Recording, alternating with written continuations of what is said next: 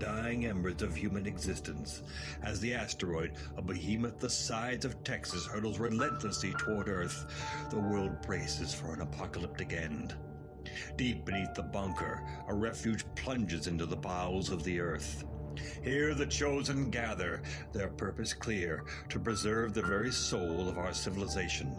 The 35 and 70mm prints that encapsulate the magic, the emotion, and the dreams of generations past. These masterpieces, each frame a testament to the human spirit, are carefully cataloged and cradled in the cavernous confines of the bunker.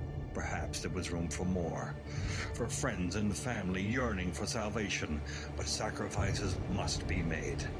The movie nerds stand united, the keepers of a flame, promising a future where the art of storytelling endures, transcending the boundaries of time and space. God help us all.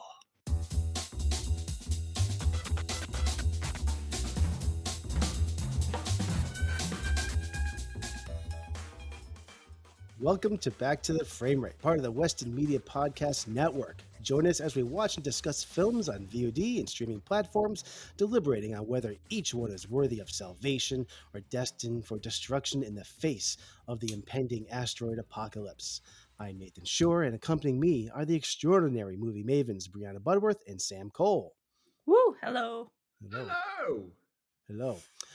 My question to both of you to set up our episode: what sort of confectionery nightmare would result in a merger of Paul Marshall's Chocolate Empire and Willy Wonka's Chocolate Empire? And would you buy stock in that company, and why or why not? Too many words I don't understand. But sure, why not? I would take a financial risk and buy stock in the company, because why not?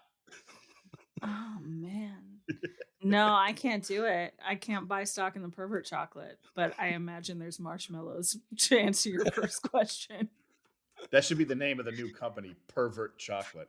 Pervert chocolate. It's already creepy enough with each company on their own, so I would beware. Buyer beware. Yeah. Can't be long for this world. All right, so obviously we are watching what we watched this week, Atonement from 2007 from director Joe Wright. You know, I want to ask you guys, first of all, is this the first time? This is not the first time any of us have watched this, right? This is not new to us. Sir. No, Hey, we are. I saw this in the theater back in Nice. like around January 2008, actually. Yeah. It had to look great on the big screen. It did. It Yeah. was visually impressive. I missed this in the theater. I saw this probably the summer that it came out.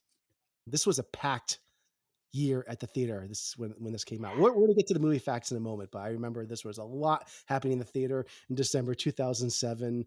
Let me do the plot synopsis and a clip from the trailer, and we will get into it. I have, again, two plot synopses here because I'm having a good time with these here. But the plot synopsis.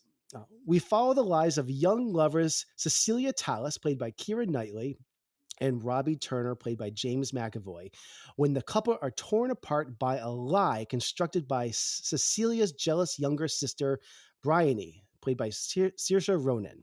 All three of them must deal with the consequences. Robbie is the hardest hit since Bryony's deception results in his imprisonment, but hope for Cecily and her beau increases when their paths cross during World War II.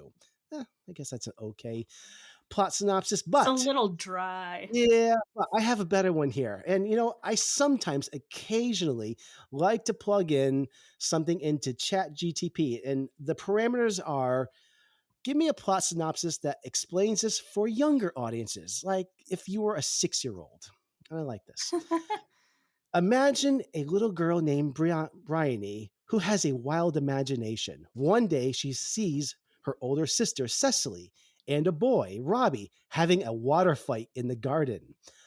But Bryony doesn't quite understand what's going on because she's too busy pretending she's a detective spying on them with her toy magnifying glass. So Bryony jumps to the wildest conclusion ever and thinks she witnessed a crime instead of a playful water battle. She runs around the house telling everyone that there's been a garden crime and that Robbie is a water bandit on the loose, Chaos ensues as everyone tries to figure out what's really going on. As Bryony grows up, she realizes her mistake and decides to become a detective for real to solve the mystery of the misunderstood water fight. It turns out laughter and forgiveness are the keys to solving this hilarious case of mistaken identity. Oh my God. That was really good. I have a really, really short one, kind of a log line, but don't lie or you'll get people killed. Da-da-da-da-da-da. I'm sure that was the elevator pitch. Yeah. It's a crazy movie. Yeah, this is Water fight. the garden water fight. Is that what it was? The Yeah. garden water fight. It's just a little water. Here's part of the trailer from Atonement. It's a beautiful day. Are you enjoying your book? No, not really. Fair fielding any day. Much more passionate.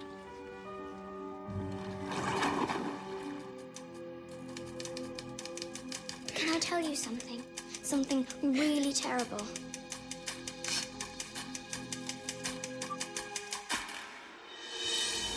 Bryony read it. It was a mistake. It was never meant to be read. No. What's Cecilia going to do? I don't know. It's been there for weeks. You do know what I'm talking about, don't you? You knew before I did. Why are you crying?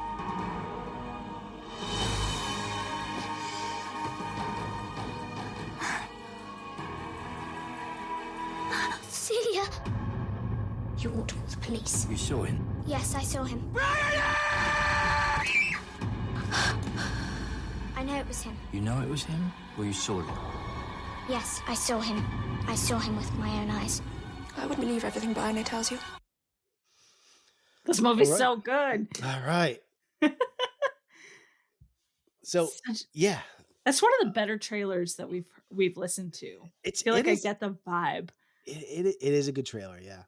Yeah. All right, let's talk a little bit about the movie facts here, and there is so much we could dive into on this, but I want some of this to come up in our discussion. But I think B, you have some facts for us. Do you want to possibly share? Yeah, for Okay. sure. We can go a little bit into the production. So, like you said, Joe Wright directed this, came out in 2007, and it is adapted from the Ian McEwan novel by Christopher Hampton. Joe Wright brought his crew back together. He sort of famously likes to work with the same people, says it makes him feel safe. So Paul Tothill is back editing. For cinematography, we have Seamus McGarvey. Music by Dario Marianelli, who's had a great career after this too. That guy is I love listening to his movies.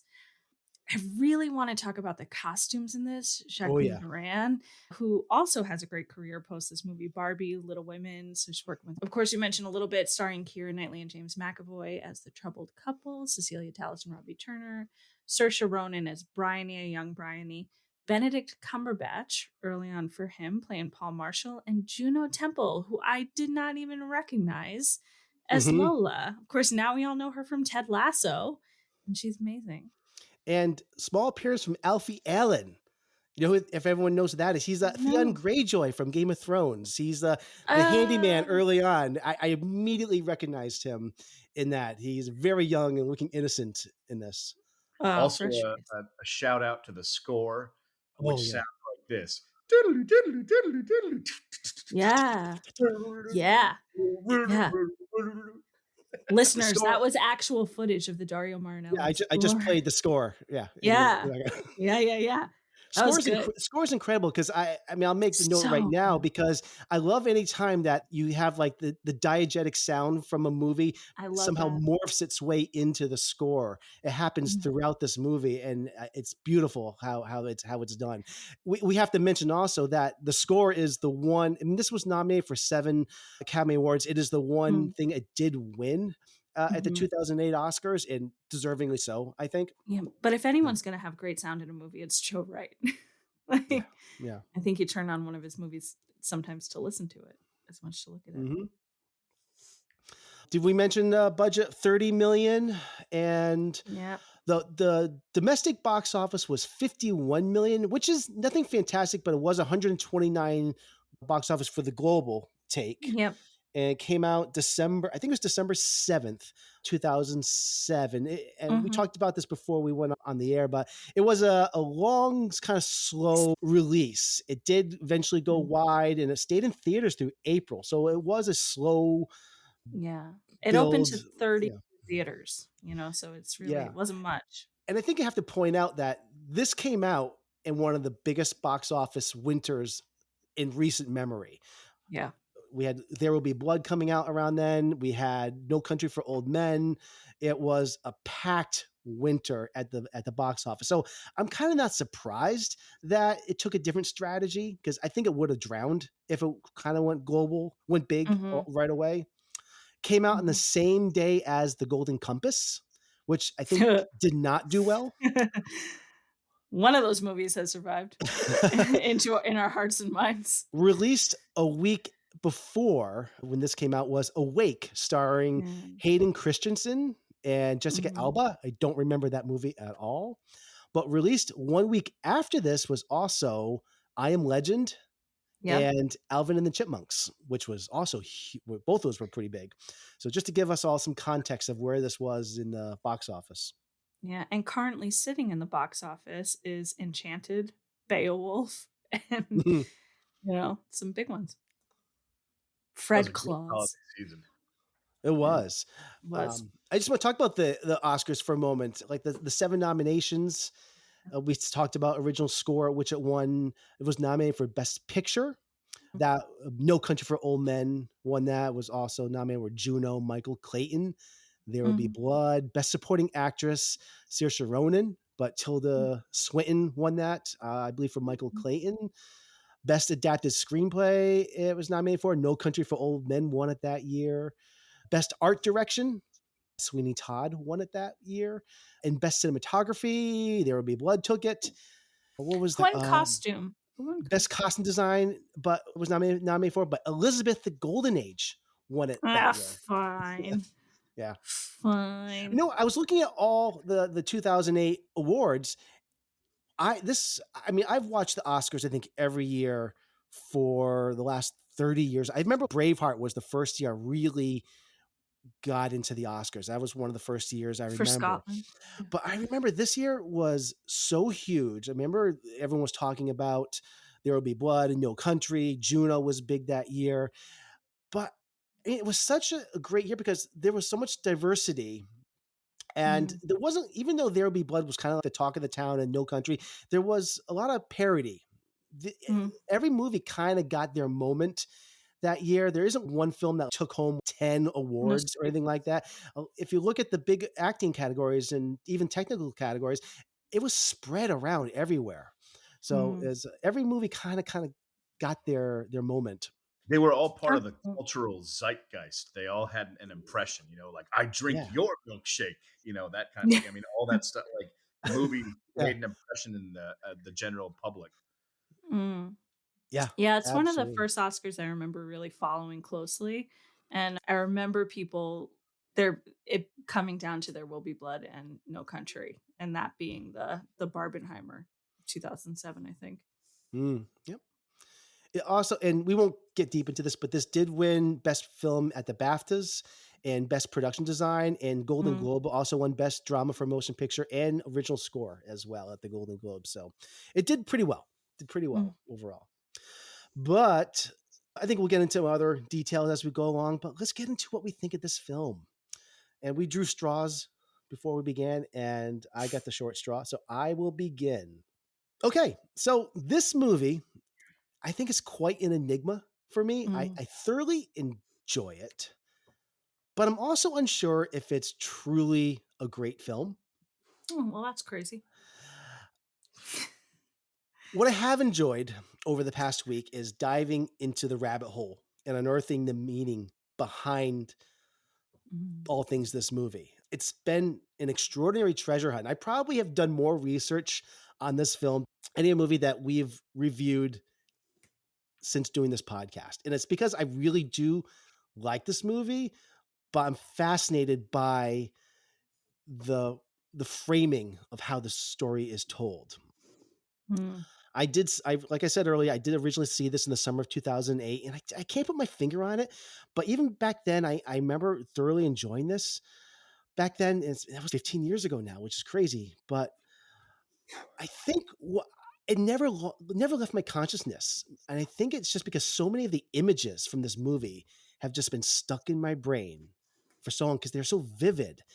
The green dress that Keira Knightley wears, the Mm. scene by the fountain, the evacuation of Dunkirk, the lasting image of Cecilia in the tunnel at the end of the film, without spoiling anything right now. Oh, But yeah. there are many, many more. It's almost like I had a dream of this film, and all these Yes. visions were part of the story. I can't quite put my finger on. I can't put it all together, but everything's so visceral in this film, and I love that about it because it points to the fact that we're watching a film where the framework of it is through the retelling of a story by someone who is looking back, remembering things, and it's possibly not quite they're possibly not quite remembering things accurately. And that adds an aspect, a fascinating layer to the story that I'm really fascinated by. I think this movie is excellently crafted. The score and the sound mix, I think go hand in hand for me. I love how the keystrokes of the typewriter morphed into Dario Marinelli's score. All the diegetic music in this is wonderful. Another example is at Dunkirk, where the chorus blends Mhm. in perfectly with the soundtrack as well. That entire department is working in perfect tandem with this picture. I'm not all buttercups and roses with every part of this movie. I think there's a huge part of this that sort of bewilders me, and I think we'll be getting into that when we talk about the discussion of the plot. But Mhm. for now, I'll leave it at that. My rating is a 4 for this because I have some big questions I want us to talk about later about what this movie really means, what it's about, and I have a lot of questions about that. So I'm going to pass it on to Sam because I want to hear what you have to say. So I definitely hear your thoughts and I agree with a lot of it. There's an adjective which for me really describes the way this movie is directed. Um, the word is studied, and I have the definition here. Adjective, the word is studied, Mm. of a quality or result achieved or maintained by careful and deliberate effort. Mm. Here's the thing about this movie. I like it a lot. I totally agree, Nathan. The images burn into my mind. There's something dreamlike about it where you kind of take the images in this movie and you run with it, and it kind of invades your own psyche in a good way. So it definitely leaves an Mm, impression. I think the reason why I like this movie, but don't necessarily love it, is because I find myself, because it is so carefully and well constructed, I find myself a bit emotionally distant from it and from the Mm. character. There is a very efficient, painterly, slight coldness to the story where I feel like I'm watching very well crafted filmmaking and great acting and good blocking, but I feel the effort on the screen. mm, And it's certainly not laborious, but there's a kind of I feel the work going into it. So I enjoy the movie, and and I'm not saying that it has to be like, an emotional wild ride where I laugh and I cry, but Mm. I more enjoy this movie in a painterly sense, but I don't feel much when I'm watching it. I admire the Rashomon storytelling Mhm. and the editing and the moving around, the going through space and time in a very unique way, and her looking back without going into the ending. I find that to be one of the most emotional parts because it's devastating and hits like a ton of bricks. I love the Dunkirk scene. I think the long shot in the Dunkirk scene, in some ways, I find Super the effective. visuals of Dunkirk in this film more memorable than Dunkirk by Christopher Nolan. So, but the reason that I would give it a very, very, like, the most robust, like, 3.5 stars that I could, but Mm. I like it, but there's something about it, and it depends on the mood that I'm in, but there's something about it where I just find the movie to be a technical masterpiece, but I find myself wanting to be emotionally let in a bit more. And I feel like I'm watching a very well crafted, painterly, slightly Mm. cold film. And so that's why I would give it 3.5 and not 4. I almost gave it a very robust 3, but it really deserves a little bit more of that because the visuals are so spectacular. Um, Mm. I just feel a strange, a disconnect in some ways when I watch this film. Where oddly enough, these two movies have nothing to do with each other. But last week when we watched Out of Africa, I feel a more of a warmth. I feel closer to the Mm. characters. The characters are three-dimensional and they're well thought out, but there's so much precision that the movie almost feels like an incredible corset where it's Mm. so tight. You're just like, "Ugh, can you just loosen up just a little bit?" And a perfect example of that is the shot when we see grown up. Yeah, yeah. Bryony, there's a shot in the hospital and all the other nurses like flow out of the shot Ah, yes. centered perfectly in the frame, and it's so perfect and so like a museum piece that I don't want to breathe because I don't want to like ruffle anyone's like hair during the movie. Like, perfect example of the studiedness of this film. The opening shot, you have the miniature of the house, Mm. you pan across the floor, and the animals in a line across the rug are so perfectly set that I appreciate it and I like it, but I just feel this kind of meticulous effort where I feel the labor is on the screen in a little bit. So that's my Mm. overall rating. It is still a quality film. And this is a movie, a positive rating. Definitely give it 3.5 stars. It really is filmmaking. It's one of those films you just really have to be in the mood for that type of film when you watch it because there's a specificity to it that I feel like audiences either will glom onto or not. And there's a bit of a hit or miss for that for me. So that's my overall basic review. Sam, do you think this movie would have benefited if Joe Wright allowed it to breathe more? I mean, it is a tight film. There is very little fat on this movie. It moves. There Yeah. aren't that many scenes that I would say are extraneous, that are these characters just kind of breathing, and there are some deleted scenes on the DVD where they are walking and you're spending some time with them, but it's all deleted out of this. I feel like this is really pared down to the leanest version that you could have.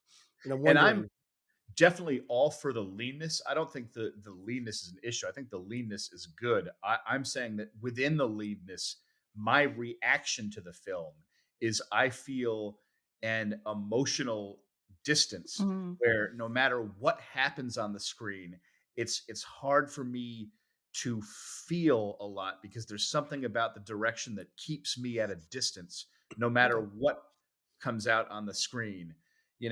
There's a shot where they're walking, I think, like in the fields of France, and there's like a stream to the right of the soldiers, and you see the reflection of like planes go yeah, by, and it's so meticulous that I'm like, oh, can I just see like a little bit of dust roll by the lens or something? It's so perfect that Yeah. that it's almost sometimes the movie feels like a wax museum to me. That's just my reaction to it. I think that's a fair read, Sam. I think like yeah, that's a very Joe Wright theater kid diorama maker, like Anna Karenina, Cyrano, Pride and Prejudice. Those all have that like model making feel. They do, You know? but I'm a huge fan when he worked with Saoirse Ronan again in oh my god, what Hannah? is the name of the movie? In Hannah. Hannah. Yeah, Hannah? Hannah has that same, but Hannah, there's something it gets a little bit more Loose. visceral. And it's not I was wondering if it has something to do with the digital filmmaking. I mean, out of Africa, we're talking like, Yeah. celluloid. I was And wondering if it had something to do with them being English, not even to be funny, but I mean, it's you cut to scenes where there's very little dialogue, which could read as like, wow, there's a lot unspoken that's very emotional, but it could also just very reserved people. See, I've always loved what I call like stiff upper lip British Mm. characters, but there are plenty of those characters in other films, including a movie that we will be reviewing soon called The English Patient, which I find incredibly emotional. So for me, I just have connectivity issues where it's good. I think the scenes of war are great. There's a heavy darkness to the movie that I really Mhm. like, and there's a kind of like grandeur to it, and there's an epicness to it. The score is amazing. I just find myself feeling disconnected. But the interesting thing is, I don't know, I don't have a suggestion as to feeling more connected. I will say that I've been watching other movies this past week that I respond amazingly emotionally to, that are not as good that are technically not as Mhm. high quality films as this, but there's some type of disconnect where I appreciate it a lot, but I just wish I felt like more immersed somehow. But that, I mean, I love the first half at the mansion, the stiff British upper lip. I love like Benedict Cumberbatch. He's really creepy, and like the acting is great, and Mhm. I love the dialogue too. I just, yeah, I really think it's a more of a technical directing thing, more of Edgar Wright's style that gets to me a little bit. Even though I think he's a brilliant director, it's just how I respond to the material. Okay. B. It's all totally fair. But don't worry, Sam. I feel this movie enough for both of us. I didn't remember how much I loved this movie. And this movie, like you, it's stamped into my brain. Every frame that came up, I went, yes, I remember that. But this movie just swims in my veins like a fish. Every time I watch it, it is just like watching a dream. I My sort of weakness, my secret sauce that I love is when a movie is fungible with time, and when it can do that in this really ethereal quality and the storytelling quality. I just think it's so powerful. This nonlinear storytelling, it just really works for me. I also think because of the nature of Cecilia and Robbie's relationship and the way it plays with time, you on this watch I was watching it thinking like it's about the loss of potential, right? There's so much potential for their romance. There's so much potential for what their lives could have been. It's this sliding doors moment, and it's not their Mm. fault. And so, getting a little older and watching it now, I sort of see it as that, and sort of the loss of a life that could have been not just a romance that could have been an epic romance, but really just the way lives get cut short very early on, and how they shift and how they have to change, and who's responsible for that, and how that responsibility plays out years later. I just think that's an interesting theme of it that I hadn't necessarily picked up on outside of the romance before now. I think it weaves together the intricate plot lines. It's really James McAvoy's movie. I think he carries so much of it, and I think he does it really beautifully. I I have a lot of great things to say about this movie, but it's that dreamlike quality that I think stays with me the most.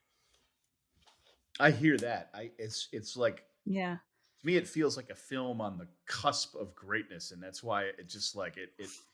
I'm of two minds, but I hear 100% what you're saying, and I think that Yeah, it's fair. the time play is like to its benefit, as I Yeah, like opposed that. I like to that time yeah. play. I love the time play, and I think it's great. It's a great way to talk about just telling a story in general. I just think it's super interesting. I would give it a 4. I think it's a solid 4 for me. Yeah. So All much right. of it works. The costumes really work for me. The acting really works for me. I think there's so many beautiful, just like really beautiful scenes in this movie. That last scene in the tunnel that you mentioned, Nathan, I think that's gorgeous. Yeah, Yeah. it's I just a love great I it want movie. too when she's like standing below the Seven Sister Cliffs, which are those rolling cliffs in England with the Hmm. white chalk, which is where they imagine their. But yeah, Hmm. there's so much to talk about with this plot, but I want to kind of break down some of the major things here. Mhm. First thing is a big chunk of this movie, like the whole entire first act, which is a big part of this, sort of takes place in one day. And this is kind of like Mm. the Rashomon part of the movie, which Yeah. is I think my favorite part of this film. Really? It is because I think the whole movie hangs on everything that happens in this day, which is all The kind of seen from the perspective of the Saoirse Ronan character, Bryony, Mhm. and all of everything that she is interpreting or misinterpreting from this, and what results from that. I think there's a lot that is going on here to talk about. So the first thing is the fountain scene. I think it's worth mentioning because this was the first thing is she is I love the fact that Bryony is a storyteller at a very young age, a playwright, and she's already writing a story in the very beginning. I think it's called The Trials of Arabella, and Mhm. I think it's hysterical that right away she's trying to wrangle her cousins and be the director. You play this, and they're just kids, and they're, oh, I'd rather go swimming Yeah. instead. I feel I've been in those shoes before, trying to get people who have no interest in being in a play or being in a movie, and like, no, no, no. Yeah. We've all been there. I think all three of us trying to get people to be interested in our, please read our script. No, they're not Mhm. going to do it, you know? Mhm. So I thought that was hysterical. But then she goes to look outside the window afterwards and she sees what looks like Robbie kind of ordering her sister to jump in the fountain. And she Mm. sort of disrobes, jumps in, which must be, I've never seen a fountain that's 10 feet deep, but Yeah. Right. she jumps in. And I love how this scene takes place. She jumps out like Aphrodite. Yeah. I love the way this is shot. Yeah. And I mean that's actually later in the movie where I think you see his perspective of what Yeah. really You happened. see And Joe Wright's hand fetish. Yeah. I love the way the story is told, where first we see Bryony's perspective of this, and then without even setting it up that this is like an hour earlier or whatever it is, you know, Keira Knightley's character is walking around this mansion, and then her, and Robbie start talking, and we see, oh, this is the scene that leads up to this, Mm. from what we saw earlier, and we see what really happened. It was much more of a playful, flirtatious moment Mhm. instead. So the audience is already being led on to what really happened here, and it's a really great moment in a fun scene.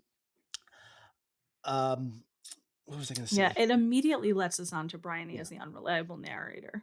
Yes. 'Cause we already get to see her misinterpret a scene as just like a young kid who just doesn't know that much. There's another scene that Mhm. I really like, and I think it's easy to miss this. I have a note here. Let me just give me a second. Sure.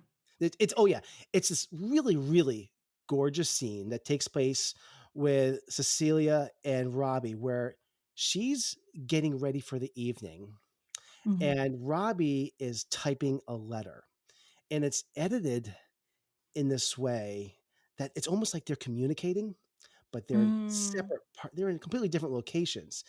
But many of the shots we see them in reflection, and I just love the music. We hear this Italian opera.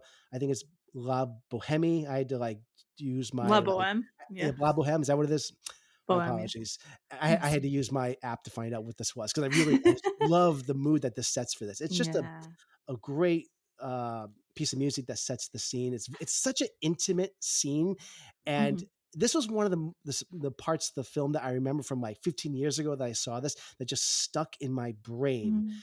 And I remember nothing about it, but I just remember this communication that they're having in this Mhm. moment. But you know that she is thinking about him, and he's writing this letter. I just love the way that this is all shot. It's Mhm. uh, it's it's really gorgeous. I don't know if this is something that struck you guys. For sure. And I also think it's at a point because we've seen Benedict Cumberbatch's character interact with Lola at this point, right? We've seen him interact with the kids. And Mhm. so I think it's interesting that this movie is like already setting you up with all the kinds of romances and adult relationships that people have, right? Mother has migraine, she's in bed. We Mhm. don't see father for a while. Benedict's a creep. He's awful with Lola. We have Bryony's interpretation of an adult relationship, which is probably colored by all these things happening around her. And then we have this love of people who are not together right at the Benedict beginning. They're Cumberbatch separated. has two of my favorite lines in this movie, though. And Oh boy. one of them is obvious. Not my favorite, but the creepiest lines. Obviously, one of them is when he is he's flirting with Lola, who I think is 14 or 15 years old, played by Juno Temple. And it's so creepy. It's not just the way that he's talking to her. It's shot so well. They're playing this weird hide and seek with those two pillars where they're kind of like hiding behind. It's done so well. And you just have this poor precocious kid. Yeah. But they're kind of teasing, playing, and hiding behind these things. Did you notice the ASMR Foley that's coming there? She's unwrapping this. That wrapper gets so loud as she's unwrapping that. And this is supposed to be the sensual unwrapping of the chocolate. And he says, you have to bite it. Yeah. And I'm telling you, I paused the movie. I had to walk away. Yeah. I did a lap around the house. I'm taking a break. Yeah. That is take the break. I can't imagine seeing this in the theater because I would have had to projection, sit and stop the film for a moment. I need to get a drink or something. But he also earlier says something that I just laughed out loud saying, and he says while they're at the lake or the pond, his name is Paul Marshall. He has this line, I make a cocktail with crushed ice, rum, and melted dark chocolate. It's absolutely scrumptious. And that was the first indication that this guy's he's a piece of shit and incorrigible. But I just laughed so hard the way he said that. That scene when they were at the scene when they were at that, when he says that, and I think Keira Knightley dives off the diving board. That scene to me was the most alive scene of that entire first hour. That was the one where I actually felt less tedium for a moment. And I was like, oh, okay, let's go with this. I think there's so much amazing buildup happening in that first hour of the movie. It is so juicy. There's so much melodrama happening in that first hour. It's I'm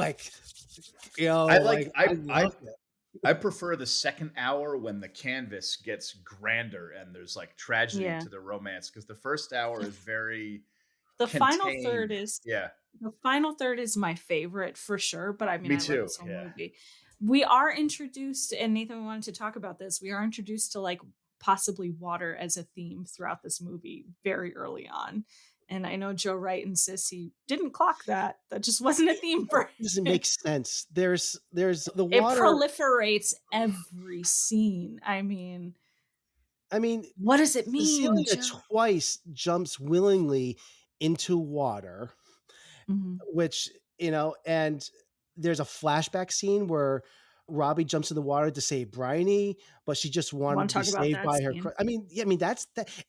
It's also interesting timing for that scene. I kind of question also, why does that scene take place when it does? I'm trying to place it in the movie.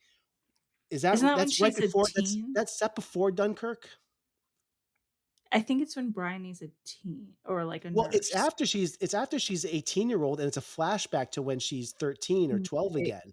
But we see her, I think it's because we see her writing, right? Mm-hmm. You mean when she falls into the water and McAvoy saves her? Yeah, when she jumps. So that scene, I think, really sets us up for Bryony's intention for this whole miscommunication. And I think it shows that she has this crush on him. Right. But, I think it brings about this, sort of, well, did she accuse McAvoy because she was jealous of her sister and she saw them in the library and she had this big crush on him? Did she do it? Was it really a case of mistaken identity? I think it opens up a lot of different motivators for Bryony as a young kid. I think it reinforces it for the audience. I felt I already knew that, though. Okay. I don't know. When she jumps into that river on purpose, the water does not seem particularly dangerous to me at all. I agree. I kind of wonder, it wasn't a dangerous situation. And his reaction to her jumping in was very over the top, which I think is something I want to bring up later as well. But he gets very angry about Mm-hmm. it. But the theme of water also, I mean, there's so much water symbolism in this Mm-hmm. movie as Mm-hmm. well. I mean, I did a lot of research on this, about this whole water thing. I mean, water in general, we need water to clean everything. And I think that's a Right. big part is water. We need water to live. In this film, the characters utilize water as a symbolic means to cleanse or rid themselves of emotions they're seeking to suppress or express. Cecilia, plunges into water during this conversation, with her brother, who questions her reluctance when she wants when they're trying to invite Robbie to dinner, and then she's jumping in. It's almost like submerging her emotions. Robbie's taking a bath, and which is implying he's contemplating his feelings about Cecilia, at that time. Mm-hmm. And then we're talking about this flashback, and Robbie had previously saved Bryony from drowning here, and that act is unburdening, Bryony emotionally, that she, so that she can share her feelings, about Robbie in a way. And in the end, and I think we're in spoilers at this point, Cecilia dies in the Blitz when the tunnel is Mm-hmm. flooded and she drowns. And finally, and I think we can even jump to the end here, Yeah. Cecilia and Robbie can finally express their feelings, in the end. We see Mm-hmm. them frolicking joyfully in the ocean, you know, Mm-hmm. and right there throughout the story, all these societal class, distinctions, imprisonment, all the specter of war, and all these constraints that time has been hindering, Mm-hmm. them and their ability to communicate their emotions. Water has been the vessel that Yeah. allows them to express those feelings without inhibitions. So, I mean, how can Joe Wright say that water is just an arbitrary thing in this? I mean, this whole movie is about water unbridling those emotions. Every Yeah. time that water is involved in this, it is cleansing themselves But to. that's the great thing about films, because even though he didn't probably intend that with the water, it's totally fine for an audience member to like interpret it that way, Yeah, that Yeah. it's open to interpretation. Yeah. yeah, I think water's absolutely a vector here for their emotional depth. I also thought of water a lot. There's a lot of religious imagery oh, tons, yeah. here. And I thought a lot about baptism and cleansing and starting over. And, like if you think about it, it's Bryony telling the story. She's the one writing all the water imagery in She's the here. one, because when she gives them those moments at the end, it's because she feels guilt, but they never have those moments in real life. They die Right. separately. That's the reality of it. And it's the fantasy of the person that screwed them over feeling Yeah. really guilty about it. So it's just, Well, technically, this whole yeah, thing could be fantasy, right? I mean, like to right. an extent. So I think like it's also the depth of Bryony's emotions, and I think it's about her cleansing and coming clean, her big coming clean. I thought about that a lot because it's her story. Exactly. Yeah. Yeah. I love it, Nathan. Um, Yeah. and there's, let's what else can we talk about here? Oh, the other thing was let's talk about Dunkirk. I think we can talk about that. I think that's something worth Another water mentioning. scene. It is another water scene, because they're there also looking for water as well, Yeah. and they can't, which ultimately results in Robbie's demise. Yeah. Well, Because he had he has sepsis. sepsis, but yeah. Yeah, but he dies later that night, and That long shot is so beautifully done. I I love it so, so much. It reminded me a little bit of a movie I don't like, actually. I like this much more, but it kind of reminded me of Paths of Glory, the end of Paths of don't Glory. like Paths of Glory. Oh, We'll sorry, move you're not a on. Kubrick fan. We'll Not move on. not a Kubrick But fan here, people. sorry. But You it can send kind of your hate reminded mail to, what's your email, Speed? it Speaking of emotion, I feel tons more emotion with some Kubrick films. And it's crazy just throwing that out there, but yeah. not with Paths I of don't Glory associate though. emotion in Kubrick. I'm not coming to his defense on that, but It just reminded me of the end when all the soldiers gather and they're listening to the singer who ended up becoming Kubrick's first wife. And they have that emotional outburst from hearing her sing, right? Like they're moved to tears from hearing her sing. And I thought about that with the chorus a little bit. The chorus, when the camera pans around the chorus in the Dunkirk scene and they're singing that hymn, that's the most emotional scene in the whole film for me. That moment, because it's like they're holding it together in like a very, very dark chapter of that war, and they're there and they're like singing. So that's like beautiful. The quick Stanley Kubrick, Barry Lyndon comment, though, when his son dies in that film, I feel an enormous amount of emotion. So I would argue against that. There's no emotion in Kubrick films, but I cried when Hal died. I know that was being sarcastic, and I'm being genuine, but I'm used to getting laughed at on this podcast. It's the way it is. No, I do think Barry Lyndon, though, that's a fun tie-in, like with the colors and the costume and the dreaminess. Little haze over that movie. Yeah. How about? I want to say one other thing about the evacuation of Dunkirk. I love that scene. I studied that when I was producing a oneer for a feature film. I did a whole feature film that was a single take, and I was trying to get my hands on any footage I can of how to do a single take, a long single take. And I did all the research I could on how Joe Wright did this and other long single takes. So this was a big inspiration for a feature that I did. What did you think of the oneer in Babylon? I loved it. Wait, now I'm blanking on that. The Margot Robbie when she was dancing in the beginning. Was it a single take, or was it a fake single take? The whole thing isn't one, but there's a section of it that's a one. You know, I've only seen Babylon once, and I really loved it, but I don't remember thinking that it was an authentic single take, and that might be why I didn't really. I remember the whole opening scene. I recommended the whole opening scene at some point, but because it just all blurs together as this giant, giant fever dream. So it all kind of blurs together. That long shot in Atonement is so impressive because they take a really small strip of beach and make it feel like it's this big, gigantic place, and it's just lensing and framing and, but that boat and the carousel and those actors, they're all so close together. You know what I mean? If you were actually standing on that beach, it would seem a lot more diminished than it is in the lensing. Oh, that's what I was going to say.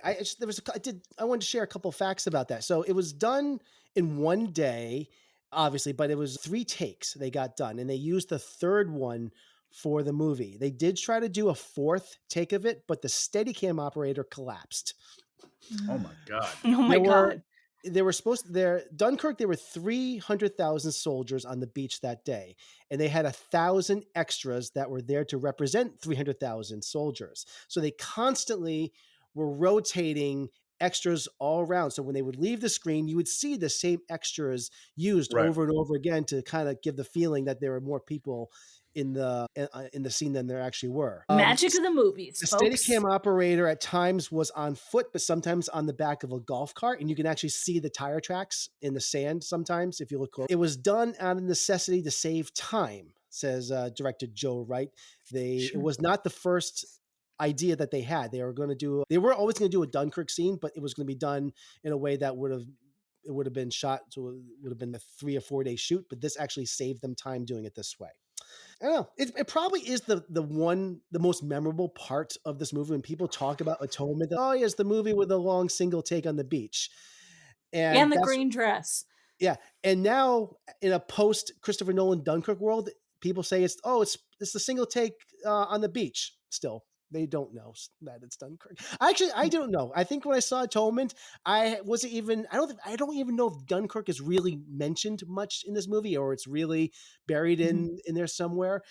It's not until I really did some research on this where I realized, maybe it was after I saw Dunkirk where I realized, oh, Atonement, that's Dunkirk. And it's not really obvious, I think. I definitely didn't get it when I first saw it. No. For sure. So yeah, it's interesting. But I do have one thing I want to say about the Dunkirk scene. as beautiful as it is, as gorgeous as it is, and what a technical achievement as it is, it's 5 minutes long. Is it necessary? I mean, it's I think great so. because of the technical achievement, but it's 5 minutes. Does it push our story forward? Yeah. D- How?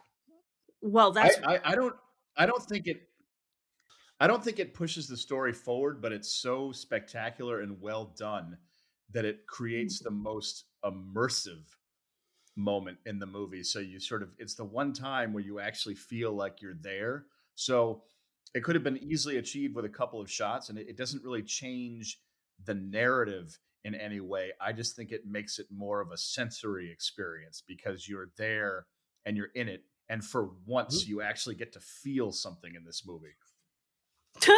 Yeah, I'm just playing Yeah. devil's advocate for a moment here because it's I keep reading every once in a while complaints about it. It's just Joe Wright being overindulgent in this because it When really, it came out, and lots of reviews said the exact same thing. They said, yeah, we know what the director is doing. We're supposed to feel sad when the horses get shot.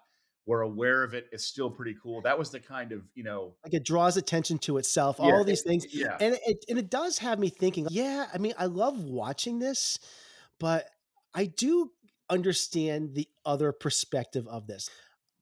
I mean, we are indulging in this for 5 minutes when I don't know if it's really necessary. I'm not saying that opinion is wrong, but I do get that point. And it could have easily been shot in a way where we had 45 seconds of this and we're out. But at the same time, we would not have had this amazing 5 minute oneer that I think will be remembered for the rest of cinema history. I And, disagree. you know, Yeah. we I disagree think which what? I think you need to have that. Well, I was trying to say earlier, I think you need to have that shot. I think it does move the movie forward.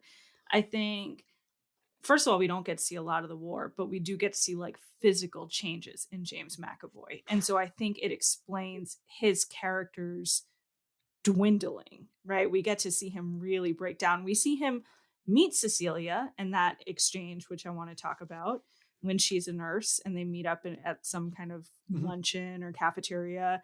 And he is already a little more hollow. He's already a little more different. Yeah. But we really he's broken by the time he gets to Dunkirk. And then they're both kind of robbed of real death scenes.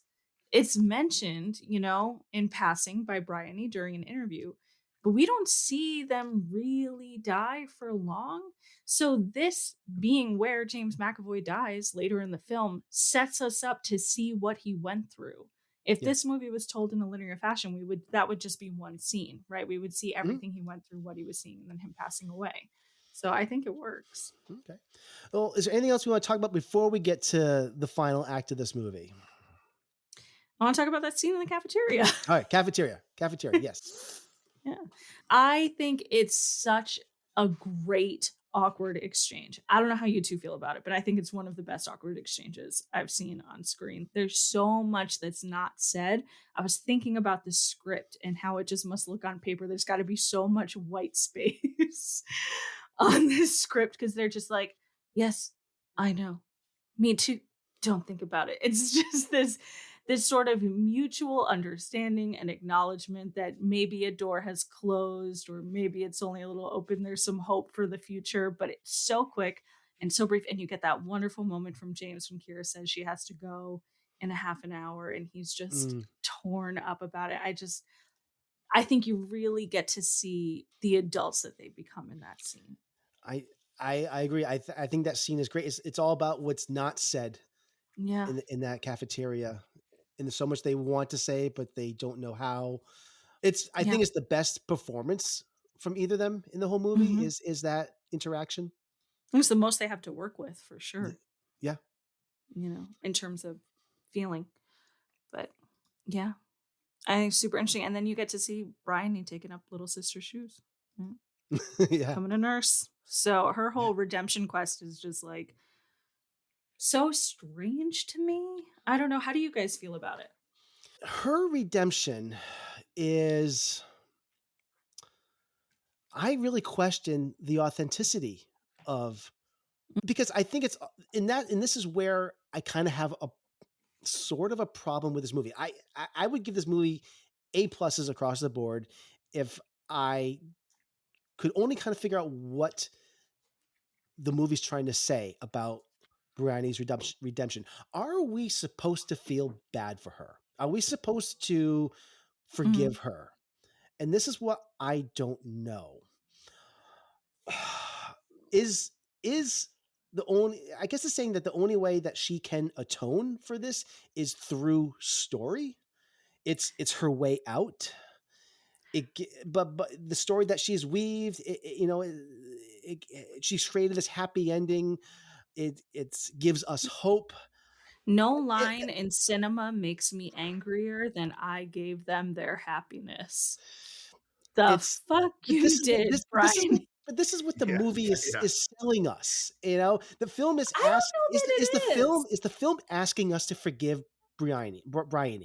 Yeah, Is it's that what not the me. movie's? I don't I don't think so. I think it's presenting it as a form of atonement, but I think they make a point to show over and over again how like ineffective it is. Do we need to And one also of mention that what we're talking about here is we've fast forwarded to present day, or like at some point, and we have all of a sudden Vanessa Redgrave being interviewed baller, like out of baller, nowhere. love that. I think, yeah, I mean, that whole interview I want to talk about too, but even just her as a nurse, that scene of Bryony like scrubbing her hands, like really scrubbing them. Water again, scrubbing Another, away her sins. yeah, it totally gets me. And then she, she's forming this like very quick friendship or relationship with this patient of hers, and she's crossing boundaries for it. Oh, And I so love that. I love it too, but I want to talk I, about that for a second too. Yeah. yeah, let's talk about it. We're here. Let's I talk think about we're it. meant to empathize with her, but I not necessarily forgive her. You know what I mean? Because it Yeah. is unforgivable, but people do make bad mistakes, so you can feel something. But I don't think the film analyzes it one way or the other. Yeah. It I sort of agree. presents the situation. I agree. But let's talk about the Um, patient, and then I want to talk about Lola. I just love the setup of this. She is told by her supervisor that there's a French soldier that she needs to go hold his hand, and I'm assuming that Mhm. he's dying. I love the staging of this. It's almost staged like a play or on a stage. Mm, She walks over, the whole camera, the whole thing just trucks over to the mm, right, and she goes behind this red curtain. Red is not much of a color theme in this movie, but all of a no. sudden we have this red curtain. Remember, Bryony's her own director, and it's almost like she opens the red curtain to the Yeah. stage, I and think I she. read there's no red in the first half of this film. I believe it. And now, if you say Yeah. that, I totally believe that. But the Mm. curtain opens to her audience, and then she is talking to this French soldier. It was funny. I think in the director's commentary, Joe Wright was saying that he doesn't speak or understand a lick of French, and he has no idea what they were saying at all. He could have been reading a recipe, which I got a chuckle out of. But I really just appreciated the staging of that. Yeah. That scene really did move me a lot. I don't really know what it means necessarily. She's seeing the war up front. She's seeing French soldiers dying. I think it's just kind of all building to her mounting her guilt, I guess. But maybe there's another reading that I'm missing here, a deeper meaning to it. Yeah. I I don't think it know. imbues her with a little humanity. I also want to get a read on it because I think, I was watching that in sort of a more cynical point of view towards Bryony. And I just think it's her grasping at the end at the wrong moments to try and make things right, to try and mend a relationship, to try and be the one that fixes it, to be the one you love. Like, just to me, I watched that and I was like, she just still, there's so much about Bryony that hasn't grown up. Hmm. She keeps her same haircut. She keeps all that childlike stuff. She's still writing. She still does all this stuff. And I just think she never really figures out how to be good or do good at the beginning of something.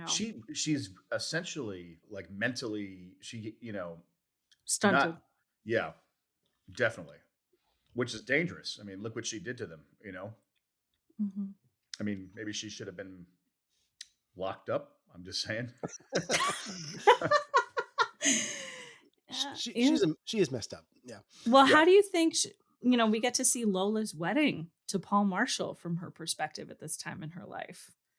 I'm Oh, also right. wondering, Yeah. is that the trigger for her when she sees the newsreel and Mm, sees Paul Marshall marries Lola, and I love how Lola turns and looks right at Bryony in that newsreel. The mhm. eye lines match up perfectly, Perfect. and oh my god, looks right at her. That was a wonderful moment, and And her just smashing bride, and Brian. it just gave me the willies when I saw that. I forgot all Oh, about that in because I haven't seen this movie in so long. But what a great moment! And then goes to the wedding.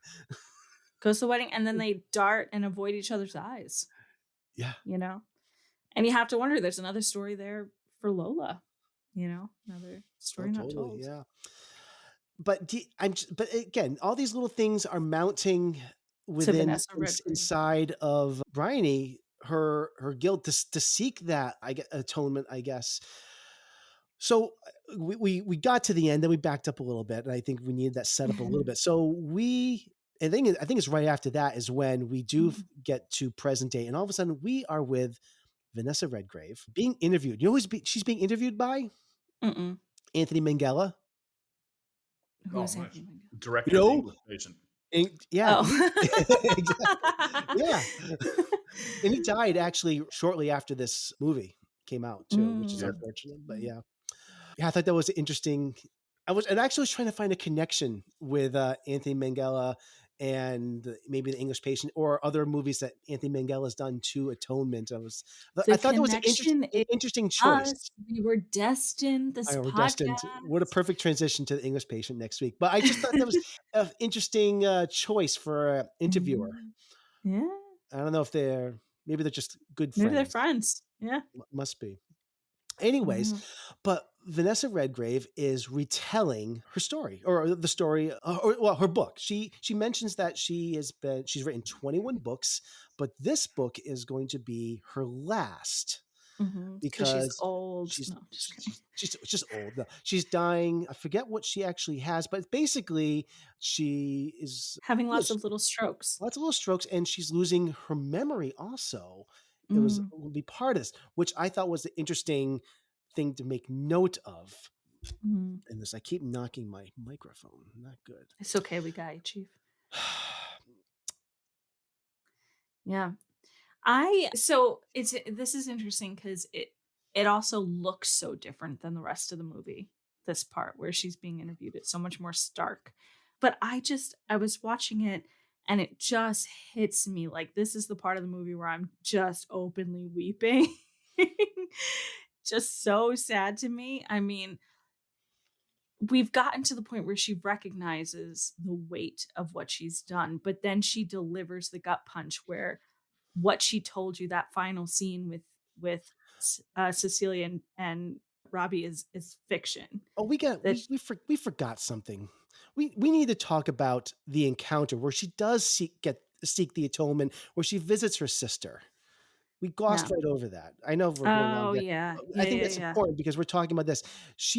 After she goes to the wedding, she does go to her Mm, sister's apartment where she seeks forgiveness from Cecilia, and Robbie is there. They're together. And mm, it appears that their lives are good. That he's back from the war. They're in love. mhm, Things are fine. This mhm, is in her what the happy ending in a lot of ways that we wait a minute, when did this happen? He's all better. It just kind of glosses through his sepsis and everything's fine again. So but some interesting things happen in this scene here. Robbie comes out and confronts Briardi and gets very, very angry with her, and mhm. they have a pretty big fight about this. In retrospect, I think after finishing the movie, you look back at the scene, and we find out afterwards that this scene never happened Right. because we learn afterwards that both these characters, Cecilia and Robbie, died, in the war. And you look back at this and you kind of find the moments in this that really are inauthentic, that were made up. And I don't know if you look back at this and see anything that doesn't make sense. And I've been thinking about this all week. Would Robbie be so angry after all these years still? I mean, perhaps, you know, Bryony is punishing herself in this moment. This is what she felt she had to do. Mhm. Robbie is angry in a way that we've never really seen him, except for the one time in the flashback when Bryony experiences his wrath when Mm. when she had Robbie save him from being drowned. I think it's the one time he had that kind of anger and wrath, That and that's outburst. kind of matches the level in both scenes. So I think she's able to kind of write about it in the Mm. book, and that might be how why we see that scene, why he acts that way. Mhm. So I think if you look at that scene in retrospect, you kind of see how it is an authentic moment. I think Um, with Cecilia's come back to me too, right? That mm, seems like it's just the sort of like unnatural affectation, something a movie couple would do, right? yeah, And and then when she leaves and there you see them like making out on the second floor, it's so right. Hollywood. It's so like this is a storybook type thing, Right. you But know. she does bring up, I think it was during, the Lola Paul Marshall newsreel that it sunk in. I think she always knew it might not have been Robbie. I think there was always doubts about that. But I think it sunk in who it was because Cecilia in her fantasy is like, well, if you really it gives her a way to do right. Right. Cecilia says, well, you can go back and report what you know about Mm, Danny Hardman, who's the other person. And Bryony's like, it was actually Paul.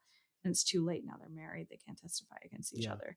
So even in her fantasy of atonement, she tries to atone. She gets in trouble for trying to atone, and they give her another way to do it, and she can't. So she's just like, "Oh, it's there's nothing I can do."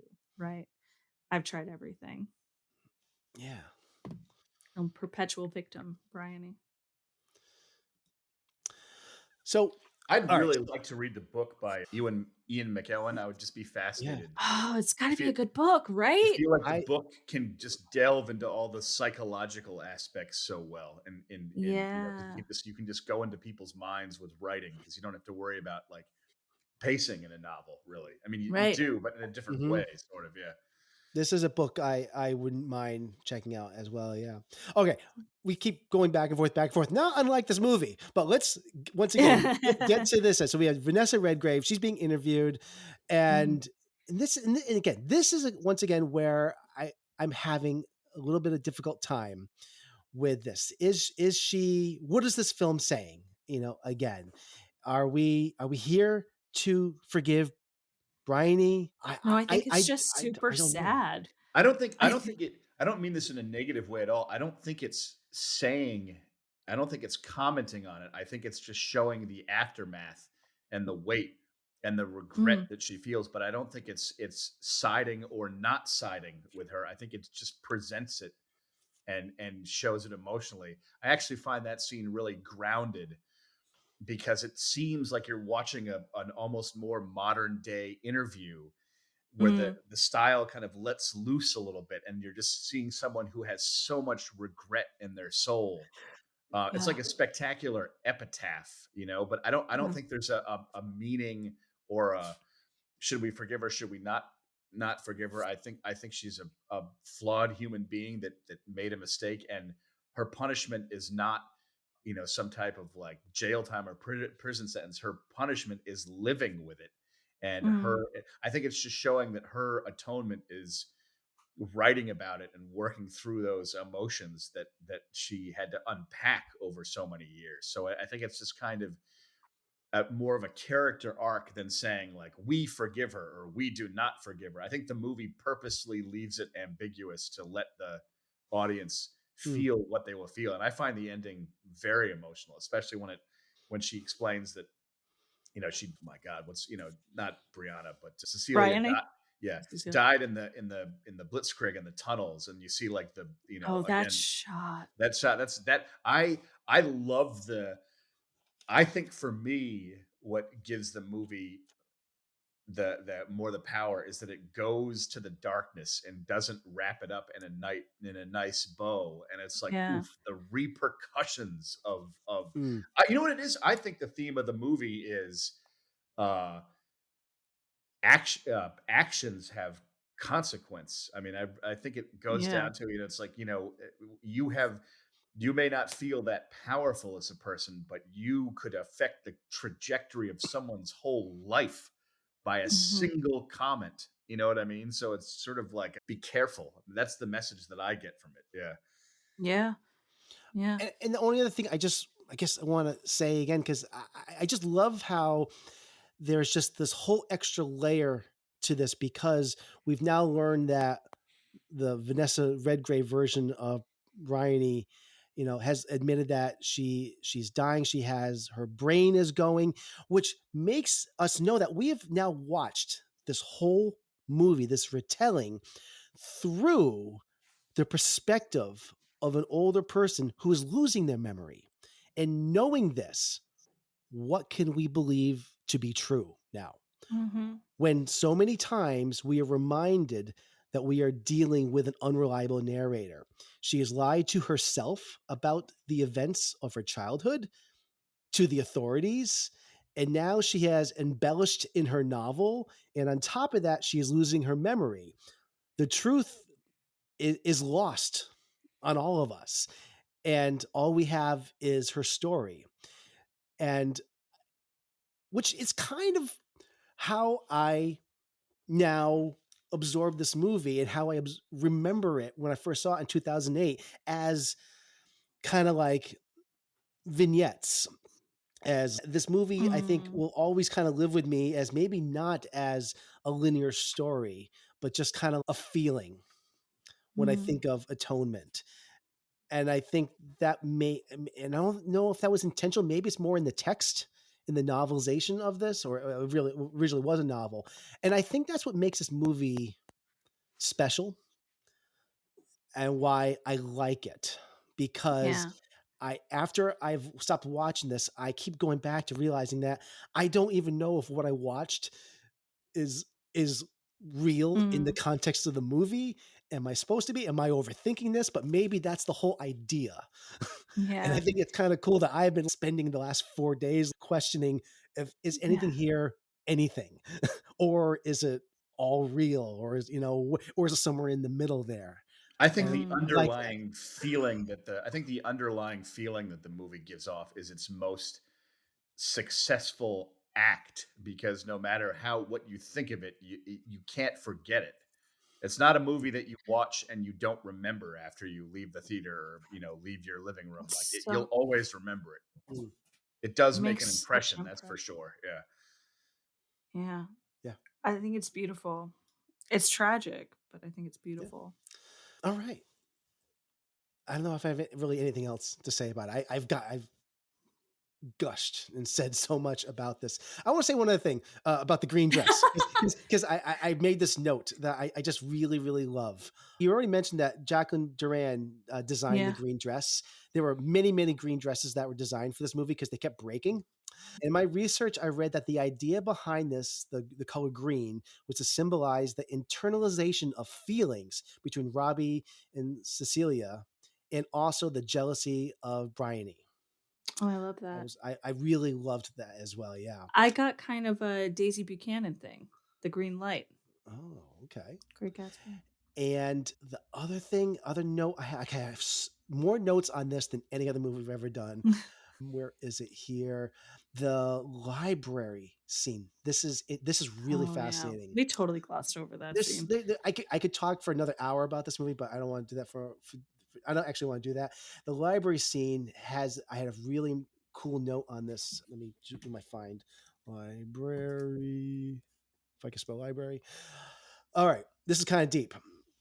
But when Cecilia and Robbie are having their only sexual encounter in the movie, in the Mhm. library, and share that they are in love with each other, this is this parallels in the end of the movie, where their only happiness they will ever find is also in literature.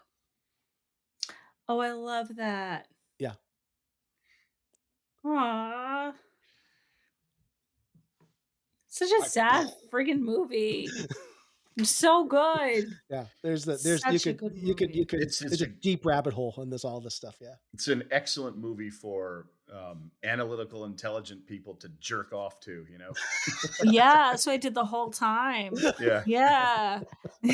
you're so smart. You found so many connections. I go to movies for more emotional experiences, but I appreciate the desire to analyze, because that's I it's think I yeah, felt this movie emotionally, just the analytical yeah, stuff like beefs it up for me, but yeah. it's Oh definitely yeah. an emotional experience. Yeah, Okay. for me. Let's take a quick break. We're And all before we're all above 130 IQ here, so which is good. Yeah. let's take a quick break Average person here. would just be like, yeah, they just like had sex in a library, like great. And What that I would be really fun. thought was cool when Bryony catches them, how they're kind of like caught, like they're spread out like insects, like in this Yeah, I thought weird the way. same It's thing. kind of like this, the way they're caught is like, that's just such crazy, interesting Well, staging. the meaning that I took there is they're actually, with their arms, they're actually out flapping kind of like a bird, and they're meant to fly, but they're trapped by the literature of her writing. So We could, that's what that scene was all about. And anyone Thank that you for doesn't putting it together for me, thanks. Sam. anyone that doesn't notice that, you're really, really dumb and didn't get an we Ivy didn't League even education. Yeah. we didn't really even talk about Bryony as the god of her own domain here. I mean, she has the dollhouse, she has the Garden of Eden. There's so many biblical references here. We didn't even go down that path. And we're not going to, because we could probably do a part 2 of this episode, but let's not. Next week, part 2. All right. Atonement. I just want to thank everyone for tuning into our show. Your feedback would be greatly appreciated. If you think we are just getting way too nerdy on Atonement, let us know. Your opinions, whether you agree with us or disagree, are much appreciated. You can email us at backtotheframerate@gmail.com. You can find us on Facebook, Instagram, Threads, TikTok at Back to the Frame Rate. We also can be found on Twitter, or X. I guess it's just X now. I keep calling it Twitter, at Back Frame Rate. Sign up for our monthly newsletter, Frame Rate Monthly. And you can do that by emailing us at backtotheframerate@gmail.com. Help us spread the word. Tell your friends, family, colleagues, anyone. Leave us a note. Review. How about a review? That we've Don't leave us a Robbie style note, though. No, please No. don't call us things that Robbie calls us. Leave us a book written in English prose. Please. Yes. Write a review. Write a novel review about it. Also, we have a poll out right now in our newsletter, or you can find in the show notes. We want your feedback, helping us shape our future. What type of content would you like us to do? We could do more themes. We could do director retrospectives, actor retrospectives. Give us check out the poll and send in your feedback. We'd love to know what you think and what you'd like us to continue doing.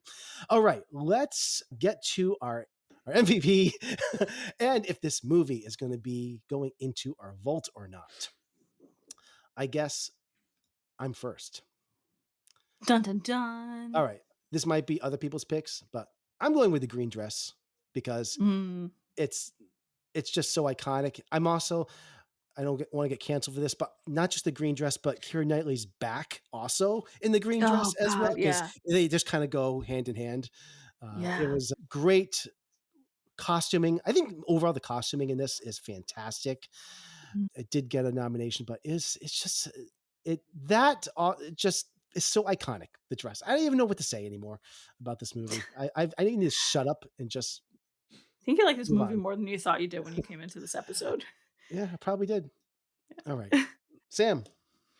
I'm going to be very stereotypical and say the Dunkirk long shot, just because I love that moment, and just the way it was shot when they go around, the camera revolves around the carousel when they're singing that hymn, which I looked up the name, by the way, but forgot to write down, but it's a spectacular moment.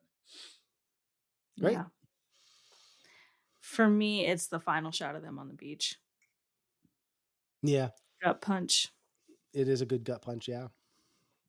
Which is the same thing as that postcard that we see that Robbie's carrying around. Yep. Yeah. Yeah.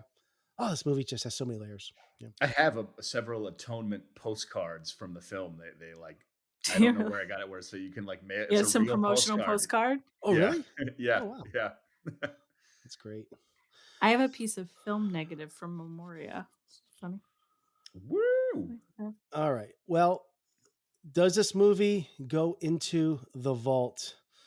I'll be honest, I could go either way on this. I really do like this movie. And the reason why I'm going to say yes is because I have a feeling of all the movies that we are watching in this epic romance retrospective, I have a feeling it's going to be the only one that I'm going to say yes to.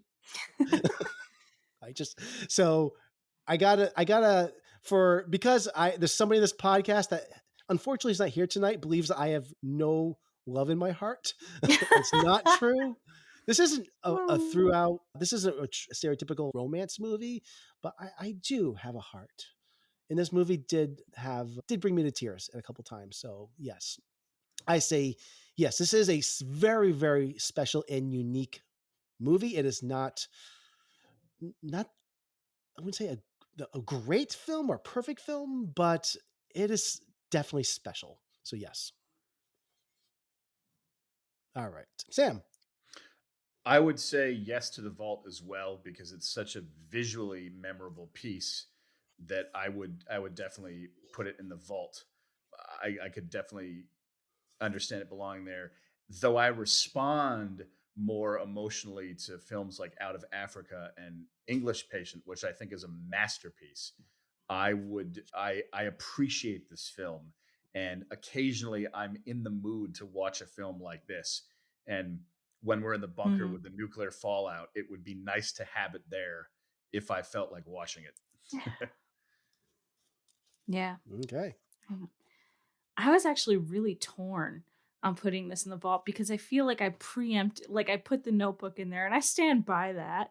Because it's a great movie and it's the blueprint. But then I was like, I don't know, if I put this one in, do I look like I just let anyone come into this vault? I don't know. It's an open door policy. Yeah, right. Yeah. So we in this vault. But no, I think this gotta go in the vault. It's gotta go in the vault. It's too good not to go in the vault. Okay. And we will make it so. Bam.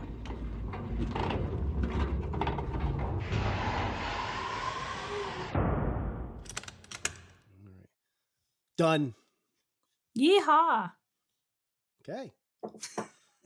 We did it. We saved Atonement. Oh, you're welcome. You're welcome, world. Although it's only for us. Well, for now. For now. All right. Well, I think that's our show this week. And Back to the Frame Rate is part of the Weston Media Podcast Network. We wish to thank Brian Ellsworth for our show opening. On behalf of all of us, we bid you farewell from the fallout shelter. Your presence in our underground sanctuary is truly appreciated. We are truly sorry you cannot join us, but we want to express our gratitude for your company. If you're finding solace in our discussion, we kindly ask that you subscribe and leave a rating and review. Your support is the beacon of light that brightens our confined space. Head on over to Apple Podcasts or iTunes, Spotify, or whichever portal connects you to our broadcast and share your thoughts. Until we emerge from the fallout, stay with us, keep hope alive, and keep those reviews coming. This is the end of our transmission. Back to the Frame Rate, signing off.